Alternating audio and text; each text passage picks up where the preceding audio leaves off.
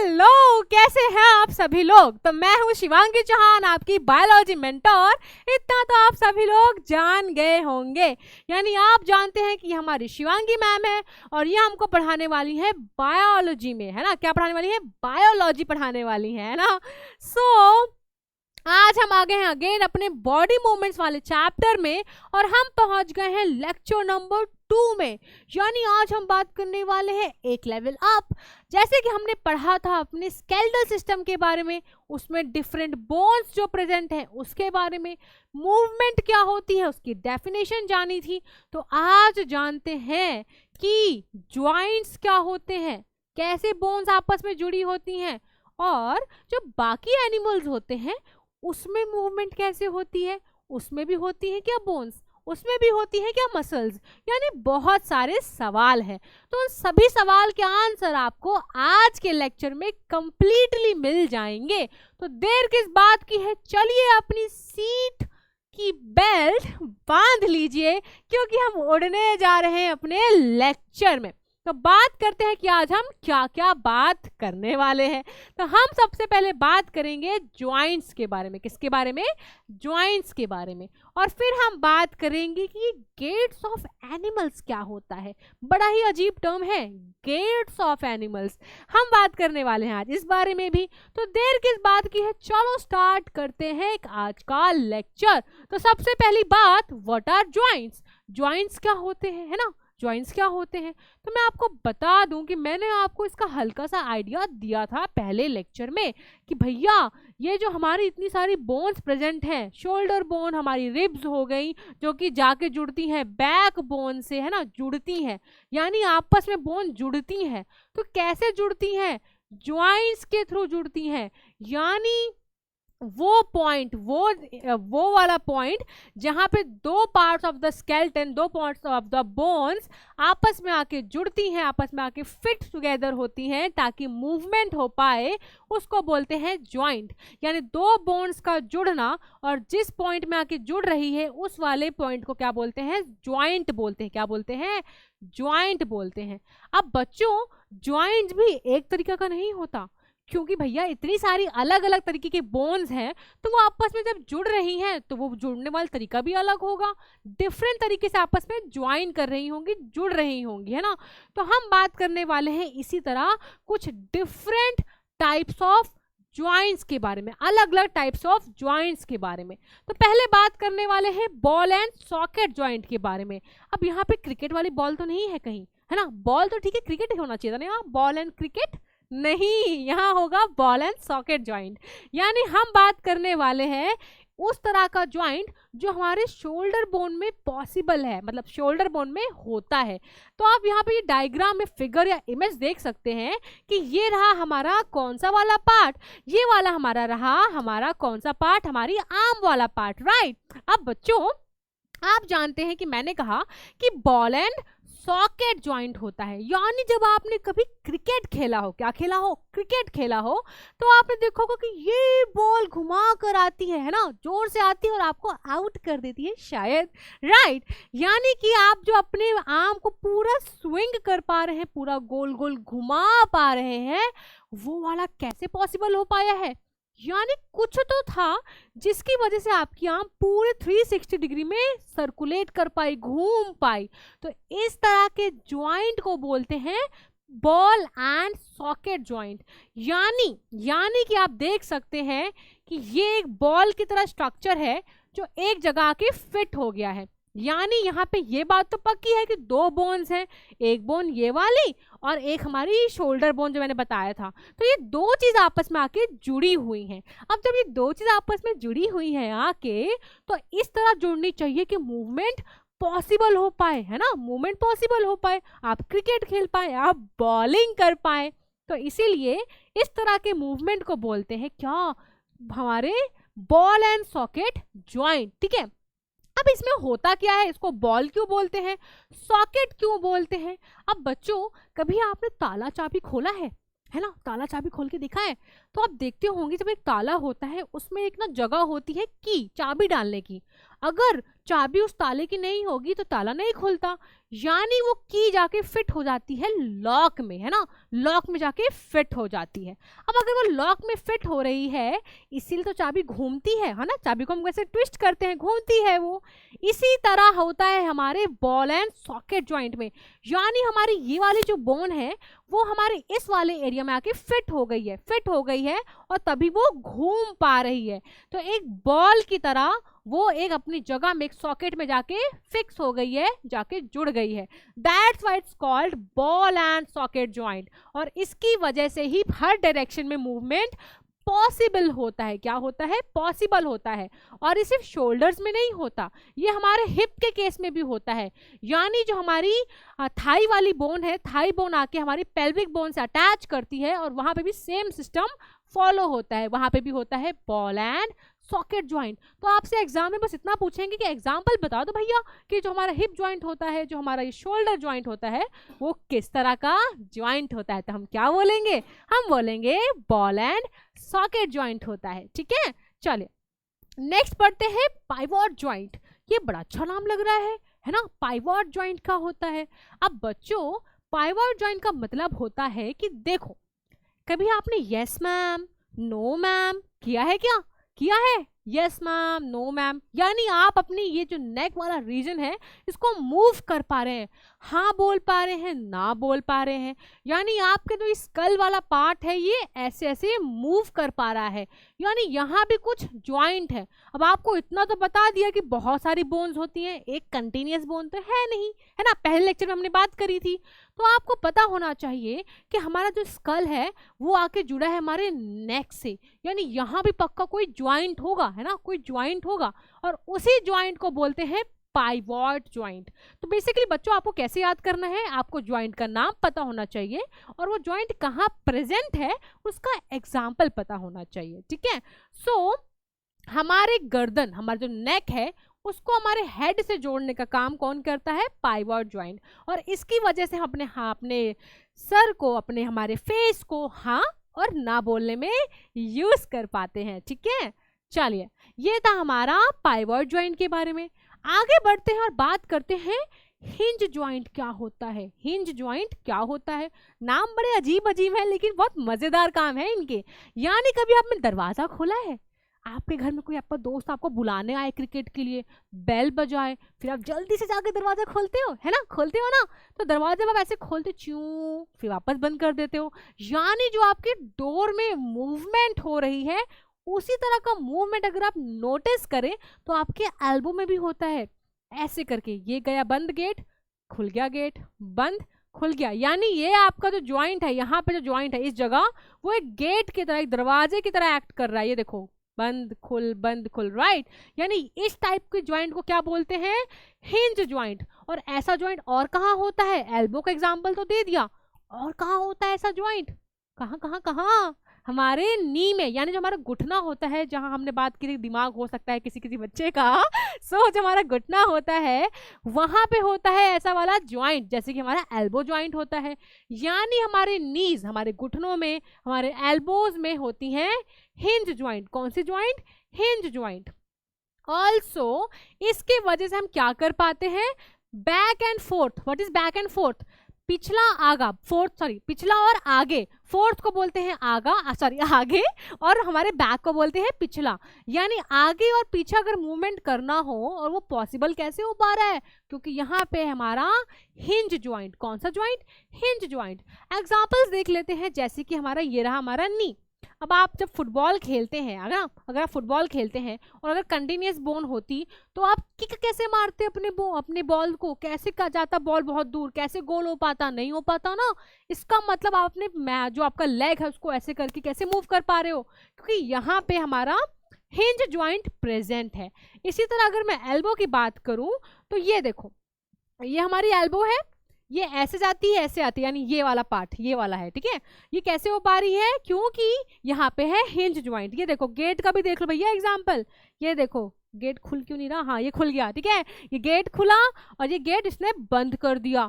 यानी गेट का मूवमेंट भी ऐसा होता है जैसे कि हमारा एल्बो में और नी में होता है। तो आपको पता होना चाहिए कि हमारा हिंज ज्वाइंट कहाँ होता है। ठीक है, आगे बढ़ते हैं और बात करते हैं फिक्स्ड ज्वाइंट के बारे में। फिक्स्ड, नाम देखो फिक्स्ड, यानी कोई चीज फिक्स्ड है, कोई चेंज पॉसिबल नहीं है, कोई मूवमेंट पॉसिबल नहीं है। यानी कि बच्चों जो हमारी स्कल होती है, यही खोपड़ी जो दिखाई थी पिछले लेक्चर में, तो जो हमारा स्कल वाला रीजन होता है, जो हमारा स्कल वाला पार्ट होता है, वहां होता है हमारा फिक्स्ड ज्वाइंट। ये देखिए, ये आपको कुछ क्रैक जैसे स्ट्रक्चर दिख रहे हैं जो मैंने बना के भी दिखाई थे पहले। ये जो आपको स्ट्रक्चर्स दिख रहे हैं कुछ और नहीं बल्कि ज्वाइंट्स हैं। यानी हमारे क्रैनियम वाले पार्ट में हमारा जो फेशियल बोन्स हैं, इसमें बहुत सारी बोन्स आपस में जुड़ी हैं। कैसे जुड़ी हैं? फिक्स्ड ज्वाइंट्स के थ्रू जुड़ी हैं। अब अगर ये फिक्स्ड नहीं होते तो कितनी दिक्कत आ जाती है ना, सब आपस में खुल बुल जाते। क्या होता भैया अगर मूवमेंट हो रही होती, जैसे मैंने अभी पढ़ा पाइवॉट ज्वाइंट के बारे में, ऐसा ज्वाइंट जहां मूवमेंट पॉसिबल है, हिंज ज्वाइंट जहां मूवमेंट पॉसिबल है, शोल्डर बोन जहां पॉसिबल है मूवमेंट। लेकिन बच्चों यहाँ पे कोई भी मूवमेंट पॉसिबल नहीं है। नो मूवमेंट पॉसिबल, यानी यहाँ कोई भी मूवमेंट हमारी पॉसिबल नहीं है। ये सारी फिक्स्ड है, आपस में हिल नहीं सकती, कोई मूवमेंट नहीं हो सकता, बिल्कुल एक स्ट्रक्चर की तरह पैक्ड होती हैं। दैट्स वाई ऐसे जॉइंट्स को बोलते हैं इमूवेबल जॉइंट्स। क्या बोलते हैं? Immovable joints. ठीक है, ऐसी जॉइंट्स जो आपस में मूव नहीं कर सकती, जिनके बीच में कोई भी तरह का पॉसिबल मूवमेंट नहीं है। ठीक है, सच जॉइंट्स आर फाउंड इन कहाँ? स्कल में, और स्कल में भी कहाँ? फेशियल बोन्स और क्रैनियम में। ठीक है, सो ये था हमारे फिक्स्ड जॉइंट्स के बारे में। अब बात करते हैं कार्टिलेज क्या होता है। उसके पहले मैं आपको बस एक आराम से इंसिडेंस देती हूँ। ये जो हमारा कान होता है, जिसे आप सुनते हैं ना, जो हमारा ईयर होता है, कभी आपने इसको टच करके देखा है कितना सॉफ्ट सॉफ्ट होता है? कभी ऐसा कोई क्वेश्चन नहीं आया कि अगर यहाँ भी बोन्स है तो इतनी सॉफ्ट कैसी है? क्योंकि बोन्स तो हमने पढ़ा बहुत हार्ड होती है। देखो कितनी हार्ड बोन्स है। अगर बोन्स हार्ड होती हैं तो हमारे ईयर के लोब सॉफ्ट कैसे है? ये कैसे इतना मुड़ पा रहे हैं? देखो फोल्ड हो जाते हैं हमारे ईयर। कैसे? यहाँ कौन सी बोन्स प्रेजेंट है? तो लेट मी टेल यू कि यहाँ पे हमारा होता है कार्टिलेज। क्या होता है? कार्टिलेज, यानी हमारे ईयर के लोब्स में एक दूसरा टाइप ऑफ सब्सटेंस जो बोन्स को नहीं बोलते, बोन्स नहीं है, यहाँ पे क्या है? कार्टिलेज है। यानी ये स्केलेटन का ही पार्ट है। किसका पार्ट है? स्केलेटन का ही पार्ट है, जो हमारे बोन्स की तरह हार्ड नहीं होता, जो हमारी बोन्स की तरह मजबूत और हार्ड नहीं होता, सॉफ्ट होता है, बहुत सॉफ्ट सा फ्लेक्सिबल सा होता है। ठीक है, और इसको बेंट भी किया जाता है। और ऐसे स्ट्रक्चर को, ऐसे पार्ट को क्या बोलते हैं? कार्टिलेज। ठीक है, और कहाँ कहाँ हो सकता है कार्टिलेज? नोज के यहाँ भी तो होता है। नोज भी हमारी कैसे ऐसे करके हम उसको मूव कर सकते हैं, कान को मूव कर सकते हैं। तो कोई भी ऐसा पार्ट जो बहुत सॉफ्ट सा है, बेंट भी हो पा रहा है, तो वहां पे कार्टिलेज प्रेजेंट है। और ये भी हमारे स्केलेटन का ही पार्ट होता है। किसका पार्ट होता है? स्केलेटन का पार्ट होता है। चलिए, अब हमने अगर बात कर ली है कार्टिलेज के बारे में, फोटो भी देख लो। ये है कान, है ना? इतना सुंदर सुंदर कान होते हैं क्या हमारे? मुझे तो नहीं लगता। तो हम बात करने वाले हैं अब मसल्स के बारे में। यानी मेरे प्यारे बच्चों, अब देखो, हमने स्टार्टिंग में बात करी थी कि अगर मूवमेंट पॉसिबल है, तो उसमें लगती है कुछ चीजें। यानी उसमें चाहिए बोन्स, उसमें चाहिए मसल्स और चाहिए कार्टिलेज। तो बोन्स हमने पढ़ लिया है, कार्टिलेज हमने देख लिया है अभी अभी जस्ट। और अब हम बात करने वाले हैं थोड़ा बहुत मसल्स के बारे में, है ना? यानी हमारी बोन्स, सिर्फ बोन्स तो नहीं दिख पा रही। हम बोन्स को क्यों नहीं देख पाते? हमें एक्सरे मशीन की क्यों जरूरत पड़ी थी? क्योंकि बोन्स जो है वो कवर्ड हो रखे हैं किससे? मसल्स से, है ना? यानी मसल्स जो है वो हमारी बोन से अटैच हैं, और ये दोनों मिलके काम करते हैं मूवमेंट पॉसिबल करवाने के लिए। अगर मसल्स नहीं होंगी तब भी मूवमेंट नहीं होगा। यानी कि हमारी मसल्स और हमारी बोन्स साथ मिलकर काम करते हैं मूवमेंट लाने के लिए। मूवमेंट क्या था? पोजीशन चेंज करना किसी बॉडी पार्ट का या पूरी ही बॉडी का। ठीक है, तो ये कैसे पॉसिबल होता है? जब मसल और बोन्स साथ में काम करते हैं। ठीक है, अब कैसे काम करते हैं? कंट्रैक्शन रिलैक्सेशन के थ्रू। यानी कभी आपने अपनी बाइसेप्स चेक की है कैसी होती हैं? यानी आप ताकत चेक करते हो ऐसे करके, तो क्या होता है? यहाँ पे कुछ एक मोटा मोटा स्ट्रक्चर बन जाता है, बाइसेप्स बन जाते हैं। जिसके होंगे उनकी बात कर रही हूँ, ठीक है, पूरा नहीं मानना है। तो कैसे होता है, जब आप अपनी ताकत चेक करते हो ऐसे ऐसे करके, तो ये वाला पार्ट फूल जाता है, वो क्या होता है, मसल्स होता है। और जब आप वापस से ऐसे करते हो तो कुछ नहीं दिखता है, कोई ताकत नहीं दिखती है। फिर से ऐसे किया तो बहुत ताकत दिखती है। अब मेरे को मत देखो, मेरे पास नहीं है ताकत, है ना, अपने को चेक कर लो आप लोग।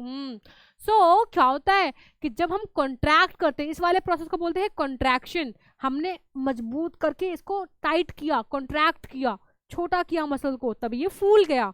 और वापस से अपना हाथ सीधा किया तो ये रिलैक्स हो गया, वापस से अपने इसमें आ गया ना, नॉर्मल स्टेज में। तो इस कॉन्ट्रैक्शन और रिलैक्सेशन के वजह से ही मूवमेंट पॉसिबल है। यानी मैं जब ऐसे कर पा रही हूँ, वहां पे मूवमेंट कैसे हो पा रही है, ऐसे क्यों कर पा रही हूँ, ज्वाइंट्स तो है, ये तो पक्की बात है, ज्वाइंट्स की वजह से कर पा रही हूँ। ऑल्सो मसल्स की वजह से भी, मसल्स अगर बिल्कुल टाइट होती, स्टिफ होती, तब भी बोन्स कैसे मूव करती। यानी हमारे मसल्स में भी कॉन्ट्रैक्शन रिलैक्सेशन हो रहा है, ठीक है, क्या हो रहा है, कॉन्ट्रैक्शन और रिलैक्सेशन, जिसकी वजह से मूवमेंट पॉसिबल है। Same with the legs also. आप जब हमारा फुटबॉल खेलते हो, वहां पे जब आप किक मारते हो तो जॉइंट्स जो प्रेजेंट है हमारे नी में वो तो है पक्का, लेकिन उसके अलावा जो हमारी मसल्स अटैच हो रखी है, जुड़ रखी है बोन से, वो भी कॉन्ट्रैक्ट रिलैक्स कर रही है, तभी मूवमेंट हो पा रहा है, तभी मूवमेंट हो पा रहा है, ठीक है। ऑल्सो व्हेन कॉन्ट्रैक्टेड, यानी मैं बताया ना, कॉन्ट्रैक्ट किया तो ये हमारी मसल छोटी हो गई, तभी ये क्या हो गई, कॉन्ट्रैक्ट, फूल जाती है। So when contracted muscle become shorter, stiffer and thicker and it pulls the bone. यानी कि जो मैंने बताया वही बाइसेप्स वाला फंडा, कि जब आप ऐसे चेक क्यों करते हो कि फूला कि नहीं फूला, क्योंकि आपने अपनी मसल्स को थोड़ा शॉर्ट किया है, थोड़ा टाइट किया है, तभी वो फूल जाती है। और उसी वाले प्रोसेस को बोलते हैं कॉन्ट्रैक्शन। क्या बोलते हैं, कॉन्ट्रैक्शन। आगे बढ़ते हैं और बात करते हैं एक क्वेश्चन की। यानी कि क्वेश्चन क्या बोल रहा है कि हमने तो भैया पढ़ लिया है मूवमेंट के बारे में, ज्वाइंट्स के बारे में, मसल्स के बारे में और कार्टिलेज के बारे में। तो अब ये बता दो कि हमने अब तक तो ह्यूमन स्केलेटन के बारे में बात करी है, एनिमल्स ने क्या बिगाड़ा है हमारा, जो हमारे एनिमल्स होते हैं, हमारे अर्थवर्म हो गया, हमारा स्नेक हो गया, हमारी फिश हो गई, हमारी बर्ड्स हो गई, इनमें मूवमेंट कैसे होती है, इनमें होती है क्या बोन्स, इनमें होती है क्या मसल्स, इसमें क्या है हो रहा है ऐसा, कैसे मूव कर पा रहे हैं। तो चलिए इन सारे क्वेश्चंस के जवाब फटाक से आपको दे देते हैं। तो सबसे पहले बात करते हैं गेट्स ऑफ एनिमल्स के बारे में।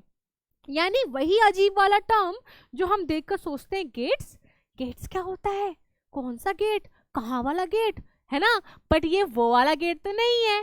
गेट्स ऑफ एनिमल्स का मतलब होता है बच्चों मैनर ऑफ मूवमेंट, यानी कोई एनिमल किस हिसाब से मूवमेंट परफॉर्म कर रहा है, उस प्रोसेस को, उस टाइप ऑफ चीज को क्या बोलते हैं, गेट ऑफ एनिमल्स। यानी डेफिनेशन बिल्कुल रट लो, एग्जाम में नंबर इससे ही आते, समझ जितना मर्जी लो, है ना। तो the different patterns of movement, different patterns of movement of animals due to differences in the skeleton structures are called gaits of animals। यानी अलग अलग तरीके का, अलग अलग मैनर का जो मूवमेंट होता है एनिमल्स में, उस तरह के पैटर्न्स को बोलते हैं गेट्स ऑफ एनिमल्स। यानी हर एक एनिमल्स का अगर मैं एग्जांपल दूं तो सबकी बॉडी में अलग अलग मूवमेंट होता है, अलग अलग मूवमेंट होता है। और वो मूवमेंट इसलिए अलग अलग है क्योंकि उनकी बॉडी में जो स्केलेटन सिस्टम है, जो उनका हड्डियों का ढांचा है, उसमें कुछ डिफरेंस है। इस वजह से उनकी बॉडी के मूवमेंट्स भी अलग अलग होते हैं। जो हमारा सांप होता है वो ऐसे ऐसे जाता है ना, और जो हमारी मछली होती है वो तैरती है, राइट। यानी डिफरेंट, बर्ड्स हमारी उड़ती हैं, तो ये सारे मूवमेंट्स डिफरेंट हैं। सब मूवमेंट कर रहे हैं, बर्ड्स उड़ रही है, हम लोग चल रहे हैं, है ना, कुछ कूद के, जैसे फ्रॉग वो कूदते हैं, यानी मूवमेंट सब परफॉर्म कर रहे हैं, लेकिन सब अलग अलग, डिफरेंट डिफरेंट। सब चलते क्यों नहीं है, सब उड़ते क्यों नहीं है ना, सब रेंग क्यों नहीं रहे, सब डिफरेंट डिफरेंट क्यों कर रहे हैं, क्योंकि उनकी बॉडी में different different skeleton structure present है, हड्डियों का ढांचा उनमें डिफरेंट डिफरेंट है, ठीक है।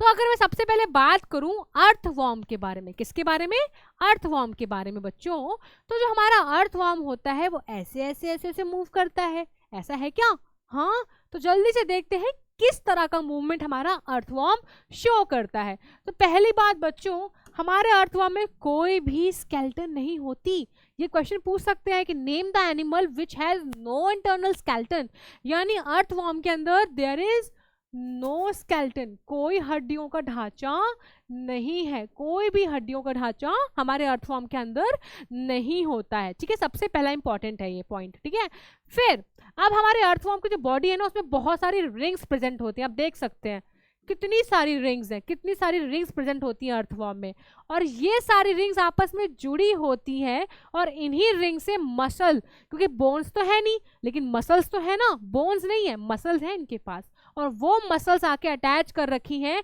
इन रिंग्स लाइक स्ट्रक्चर से। और जब इन रिंग्स लाइक स्ट्रक्चर से मसल अटैच करती हैं तो क्या होता है, मूवमेंट हो पाता है, बॉडी अपने आप को छोटा बड़ा वही कॉन्ट्रैक्शन रिलैक्शन करती है और हमारा अर्थवॉर्म आगे जा पाता है। ठीक है, और इसी तरह के जो रिपीटेड एक्सटेंशन कॉन्ट्रैक्शन मूवमेंट होते हैं हमारे मसल्स के अर्थवॉर्म में, इसकी वजह से वो मिट्टी में क्या कर पाते हैं, चल पाते हैं, मतलब वही रेंग पाते हैं, है ना। तो अर्थवॉर्म में सबसे पहला point, there is no bone, only muscles are there, और वो मसल्स अटैच होती हैं रिंग्स से। ठीक है, और अटैच होने के बाद वो मसल्स कॉन्ट्रैक्ट रिलैक्स करती, क्योंकि मसल्स का काम ही कॉन्ट्रैक्ट रिलैक्स करना होता है, जो कि अभी पढ़ाया मैंने, है ना।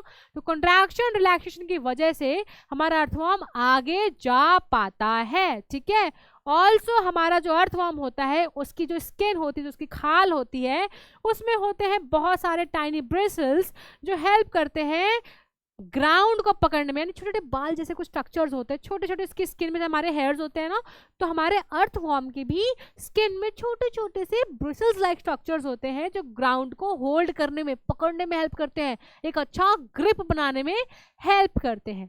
अब ये बात तो रही अर्थवॉर्म की। अगर मैं बात करूँ स्नेल्स की, जो हमारे स्नेल्स होते हैं, केचुआ, केचुआ तो अर्थवॉर्म को बोलते हैं ना, जो हमारे स्नेल्स होते हैं, हमारे जो स्नेल्स होते हैं उस स्नेल्स में कैसे होते हैं मूवमेंट, वो कैसे मूव करता है, ये तो पक्का पता होगा कि स्नेल बहुत छोटे छोटे स्टेप्स लेता है, बहुत धीरे धीरे जाता है ना, बहुत धीरे धीरे जाता है। तो अब जाता कैसे, बात तो ये है कि जा कैसे रहा है, तो मैं आपको बता दूं आखिर यानी कि आप देख सकते हैं ये वाला आपको स्ट्रक्चर दिख रहा है स्नेल का, ये जो आपको दिख रहा है प्यारा सा हमारा स्पाइरल लाइक कुछ स्ट्रक्चर, इसको क्या बोलते हैं, इसको बोलते हैं शेल। ठीक है, क्या बोलते हैं, इसको बोलते हैं शेल। ठीक है, अब बच्चों ये कोई बोनी स्ट्रक्चर नहीं है, ये कोई बोन नहीं है, जैसे हमारे बोन बहुत हार्ड होती है, ये इसका बोन वाला पार्ट नहीं है। क्या है, बोन वाला पार्ट नहीं है, ये बोन से नहीं बना होता है। ठीक है, पहली बार ये बोन से नहीं बना होता है, इसको शेल बोलते हैं, और इसी शेल में से ये अपना मुंह भी बाहर निकालता है और टेल वाला यानी फुट वाला पार्ट भी बाहर निकालता है। राइट, चलिए अब ये भी करता है, तो दूसरी बात चलता कैसे है, चल कैसे पा रहा है, चल ऐसे पा रहा है बच्चों, क्योंकि इसके पास होता है फ्लैट फुट। क्या होता है, फ्लैट फुट होता है, यानी कि जैसे हमारे पास फुट होता है, जैसे हमारे पास फुट होता है, इसके पास भी फुट होता है, लेकिन इसका मस्कुलर फुट होता है, यानी ये वाला पार्ट, ये वाला जो पार्ट है इसको बोलते हैं मस्कुलर फुट। क्या बोलते हैं, मस्कुलर फुट। तो snails move with the help of their muscular flat foot. ठीक है, now talking about other thing that बच्चों, इसकी मूवमेंट जो होती है ना वो वेवी होती है। कैसी, वेवी होती है इसकी मूवमेंट। और ये कैसे हो पा रहा है, जब इसका ये फुट जो है, क्योंकि फुट जो है मस्कुलर है, और जहां भी मसल वर्ड आ जाए, जहां भी मसल वर्ड आ जाए वहां पे कॉन्ट्रैक्शन रिलैक्सेशन होना पक्की बात है। यानी यहाँ पे होने वाले हैं कॉन्ट्रैक्शन और रिलैक्सेशन, और यहाँ पे अगर मस्कुलर फुट जो है मूवमेंट लेकर आ रहा है तो वो कॉन्ट्रैक्ट करता, रिलैक्स करता है, ऐसे ऐसे करते करते करते करते आगे बढ़ता जाता है और एक वेवी मूवमेंट शो करता है।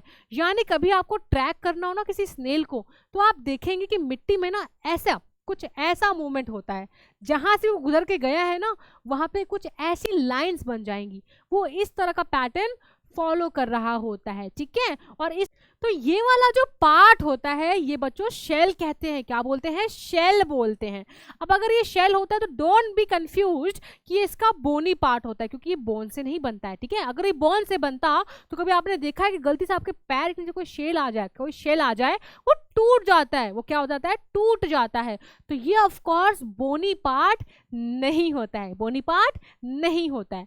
तो बात करते हैं अपने आप डिफरेंट एनिमल के बारे में, जो है हमारे कॉकरोच भैया। बिल्कुल पसंद नहीं है ये मुझे तो, है ना। ये कॉकरोच भैया है। इनके बारे में बात करते हैं कि ये अपना मूवमेंट कैसे करते हैं। तो मैं आपको बता दूं कि ये चल भी सकते हैं, उड़ भी सकते हैं और क्लाइंब भी कर सकते हैं, यानी दीवारों पे भी चढ़ लेते हैं। बहुत ही फ्लेक्सिबल है ये। तो जल्दी से बात करते हैं कि ये सारे करतब कर कैसे पाते हैं, कैसे आते हैं इनको ये सारे करतब, है ना, कैसे आते हैं। तो अगर मैं बताऊं बच्चों कि जो हमारा कॉकरोच होता है ना, कॉकरोच की बॉडी में होते हैं क्या, इनकी बॉडी में होते हैं हार्ड आउटर स्केलेटन, यानी ये वाला जो इसका पार्ट होता है ना काफी हार्ड होता है, काफी हार्ड होता है, ठीक है। और ये सिंगुलर नहीं होता, यानी किसी एक परत से नहीं बना, इसमें भी बहुत सारी चीजें आपस में अटैच होके ये आउटर स्केलेटन बना पा रही हैं। यानी जैसे कि मैंने बताया था अपने ह्यूमन के केस में, मैंने बताया था ना ह्यूमन में हमारी जो पूरी स्केलेटन सिस्टम है इसमें एक बोन नहीं होती है, ढेर सारी बोन होती है, सारी आपस में जुड़ी होती हैं जॉइंट्स के थ्रू। इसी तरह हमारा जो कॉकरोच होता है, कॉकरोच का जो ये वाला पार्ट होता है इसको बोलते हैं आउटर हार्ड स्केलेटन, जो कि सिंगुलर नहीं होती, इसमें भी बहुत सारी चीजें आपस में जुड़ी होती हैं, ठीक है, जुड़ी होती हैं। अब अगर मैंने ये बात कर लिया है तो फिर बात करते हैं कि तो उड़ भी लेते हैं। उड़ते कैसे हैं? तो उड़ते ऐसे हैं बच्चों के, इनके पास होते हैं 3 पेयर्स ऑफ लेग। कितने लेग? 3 pairs of leg. यानी बच्चों जो पहला पेयर है ना, जो 3 पेयर्स ऑफ लेग्स होते हैं उसको यूज करते हैं पहले वाले को चलने के लिए, वॉकिंग के लिए यूज करते हैं। और जो उसके नेक्स्ट 2 पेयर्स होते हैं उनसे होते हैं इनके पंख, इनके विंग अटैच होते हैं। और अगर विंग अटैच होते हैं तो ये उड़ भी पाते हैं। यानी जो इनके 3 पेयर्स ऑफ लेग्स हैं, 3 पेयर्स ऑफ लेग्स हैं, तो उसको पहले पेयर को यूज करते हैं चलने के लिए, और जो नेक्स्ट पेयर्स है उसके उसमें विंग अटैच होते हैं। क्या होते हैं? विंग अटैच होते हैं, जिससे कि ये उड़ पाते हैं। और वो विंग, वो जो उनका जिस लेग से उनके विंग अटैच होते हैं वो वाले लेग्स कहाँ से अटैच करते हैं? उनके ब्रेस्ट बोन से अटैच करते हैं। कहाँ से? ब्रेस्ट वाले पार्ट से अटैच करते हैं। फिर अगर मैं बात करूं बच्चों कि ये मूव कैसे कर पा रहे हैं, अगेन मसल्स होती हैं इनके पास, और मसल्स को यूज करके ये मूवमेंट शो कर पा रहे हैं, और इन्हीं मसल्स की वजह से ये चल भी पा रहे हैं। यानी muscles are responsible for their walking. Also बच्चों जो मसल्स इनकी हाथ, इनके जो हाथ जिनसे विंग अटैच थे उसी से मसल्स भी अटैच होती हैं, ठीक है, तभी ये उड़ भी पाते हैं। तो muscles are responsible for causing movements in हमारा कॉकरोच भैया। अब हम बात करने वाले हैं अपने बर्ड्स के बारे में। तो आप देख सकते हो इतनी ब्यूटीफुल सी बर्ड जो अपने विंग्स को ऐसे ऐसे करके क्या कर रही है, फ्लैप कर रही है। तो इसमें मूवमेंट कैसे पॉसिबल हो पाया है? ये उड़ कैसे रही है? इसके पास बोन्स हैं क्या? और अगर बोन्स हैं तो बोन्स तो हमारे पास भी हैं, हम तो खड़े रहते हैं जमीन में, हम तो नहीं उड़ पा रहे हैं। ये कैसे उड़ रही है? इसके बोन्स में ऐसा क्या डिफरेंस है? तो लेट्स सी। तो पहली बात बच्चों कि हमारे बर्ड में होती है स्पेशल, एक खास तरीके की हमारी skeletal system and muscular structures होते हैं। यानी जो इनकी मसल्स हैं, जो इनकी स्केलेटन है, वो थोड़ी डिफरेंट होती है हमसे, थोड़ी स्पेशल होती है। कैसे होती है स्पेशल? तो मैं आपको बता दूं बच्चों कि जो इनकी बोन्स होती हैं वो थोड़ी हल्की होती है, दे आर वेरी लाइट और दे आर हॉलो, थोड़ी खाली होती हैं। जैसे हमारी बोन्स बहुत मजबूत होती हैं, बहुत सारा कैल्शियम, बहुत सारा फॉस्फोरस होता है। लेकिन बच्चों जो हमारी बर्ड्स की बोन्स होती हैं वो थोड़ी कमजोर, हॉलो होती हैं और लाइट, हल्की होती हैं, तभी उड़ पाते हैं वो। अगर भारी होते तो धम से आके जमीन में गिर जाते, है ना। तो हल्की होती हैं। ऑल्सो बच्चों जैसे हमारे ये हाथ है ना, तो जो इनके हाथ हैं वो पंख में मॉडिफाई होते हैं। जैसे हमारे तो हाथ है ना, इनके जो 4 लिम्स होते हैं, जो इनके आगे वाले हाथ होते हैं, वो एक्चुअली मॉडिफाइड होते हैं विंग्स में। तो 4 limbs are modified to become wings and the bones inside are hollow, जो कि हमारे फ्लाइंग में उनको हेल्प करता है, ठीक है। ऑल्सो जो उनके हाइंड लिम्स होते हैं, 4 limbs और हाइंड लिम्स का मतलब होता है आगे वाले हाथ, और हाइंड मतलब पीछे वाले हाथ, ठीक है। तो 4 limbs मतलब आगे और हाइंड मतलब पीछे। तो जो उनके हाइंड लिम्स होते हैं बच्चों, वो उनको चलने में हेल्प करते हैं। यानी बर्ड्स हमारी चलती भी तो है, जमीन में बैठती हैं, दाना चुगती हैं, फिर उड़ जाती हैं, है ना। तो यानी वो चल भी पाती हैं। तो चल कैसे पा रही हैं? अपने हाइंड लिम्स की वजह से, पिछले पैरों की वजह से वो चल पाती हैं, ठीक है। ऑल्सो बच्चों, जो उनकी शोल्डर बोन्स होती हैं और जो उनकी ब्रेस्ट बोन्स होती हैं वो काफ़ी स्ट्रांग होती हैं और मसल के साथ अटैच होती हैं ताकि अपने विंग्स को वो ऊपर नीचे कर पाएं।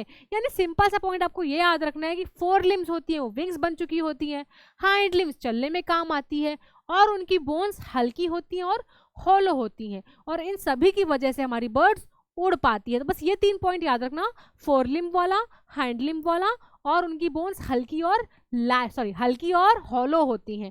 तो इतने से इनके वजह से वो उड़ पाते हैं।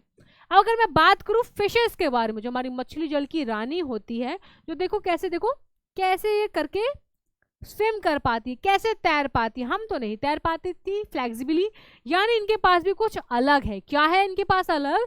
इनके पास है हमारी स्ट्रीमलाइंड बॉडी, यानी फिशेस में होती है स्ट्रीमलाइंड बॉडी जो कि हेल्प करती है फ्लो ऑफ वाटर को अपने साइड करके आगे बढ़ने में। तो स्ट्रीमलाइन बॉडी की वजह से वो पानी में स्विम कर पाती हैं और सिर्फ पानी में ही रह पाती हैं क्योंकि इनकी बॉडी का स्ट्रक्चर ही ऐसा बनाया गया है कि वो तैर पाए। कहाँ तैर सकते हैं? पानी में तैर सकते हैं। तो भैया हमारे फिश के पास होती है स्ट्रीमलाइंड बॉडी और जो स्केलेटन होती है हमारे फिश की, उससे स्ट्रॉन्ग मसल्स आप अटैच होती हैं। यानी जो स्ट्रॉन्ग हमारी जो मसल्स होती हैं ना, मसल्स आके जुड़ी होती हैं इनके स्केलेटन से, जो कि बहुत नॉर्मली और हर एनिमल में ये देखने को मिल रहा है कि हमारे स्केलेटन से मसल्स आके ज्वाइंट कर रही हैं, जुड़ रही हैं। तो ये पॉइंट तो कॉमन है। ऑल्सो बच्चों, स्विमिंग के टाइम पे जब वो स्विम करती है तो कैसे स्विम करती है? एक अपने बॉडी में कर्व बना के। कैसा कर्व?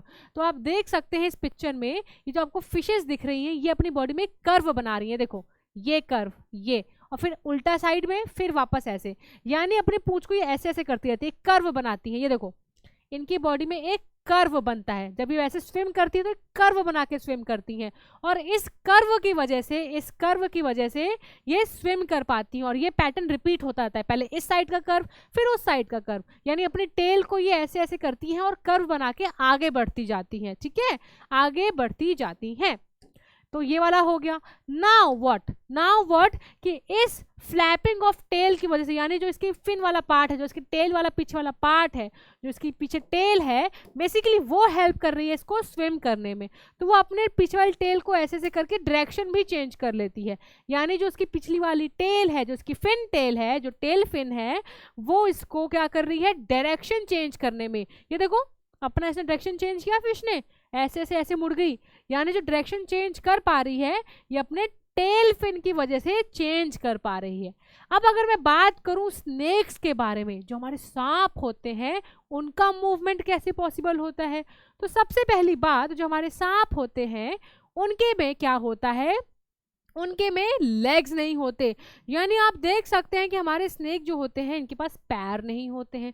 अब जब पैर नहीं होते हैं भैया, तो ये चल कैसे पा रहे हैं?